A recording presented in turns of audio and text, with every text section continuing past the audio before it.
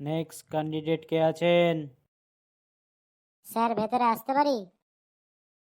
আসো, ভেতরে আসো। বসো। Thank you sir, thank you. কি নাম? বালবুলু? বালবুলু এটা আবার কেমন নাম? বাইরের একটু ভালো নাম তো দিতে পারতে। বাইরের একটু ভালো নাম দিলে তো একটু ভালো বুঝতাম। বালবুলু আবার কি নাম? স্যার কি করব বলুন, আমার নাম ছিল ব্লু, আর এখানে করে দিয়েছে বালবুলু। আসলে আধার কার্ড করতে গিয়ে আমার নাম বালবুলু করে দিয়েছে। তো আধার কার্ড দেখি বায়োডাটাটা বানিয়েছি, তো ওরা বালবুলুই করে দিয়েছে, বুঝেছেন? আমি অতটা দেখিনি। এর জন্যই কি আরো প্লে বয় হতে চাও নাকি? হ্যাঁ স্যার, এর জন্যই তো প্লে বয় হওয়ার এত স্বপ্ন। বুঝলাম, বুঝলাম। ঠিক আছে, বলে বাথরুম দিনে কতবার যাও? স্যার যখন পাই তখনই যাই। বাথরুম থোড়ি গুনে যাই। যখন বাথরুম পাই তখনই বাথরুমে যাই। গুনে কোনো দিন বাথরুম করা যায়? তুমি প্লে বয় হতে এসছো, বাথরুমে বারবার কেন যায় তুমি জানো না?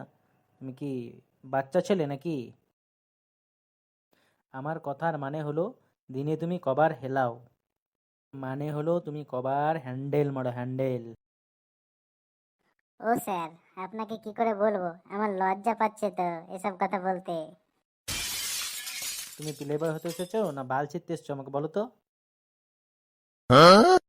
কেন স্যার, এই কথা কেন বলছেন আপনি? এই যে প্রশ্নগুলো করছি সেগুলোর উত্তর দাও।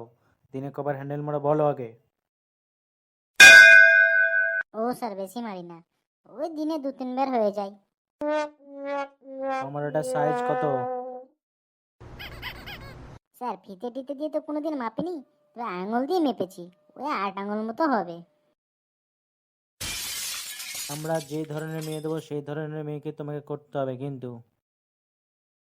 সে বুঝলাম স্যার, কিন্তু একটু বয়সটাও তো দেখতে হবে। 40 বছর হলে তো আর করা যাবে না। তুমি প্লে বয় হতে এসেছো, যে এরকম মেয়ে আমরা দেবো সেই রকম মেয়ের সঙ্গেই করতে হবে। পরে তোমার আর একটা ইন্টারভিউ হবে, সেটা তোমার ম্যাডাম নেবে। ম্যাডামের কাছে পাস হলেই তবে তোমার স্বপ্ন পূরণ হবে, বুঝেছো? স্যার নেক্সট ইন্টারভিউটা কবে হবে?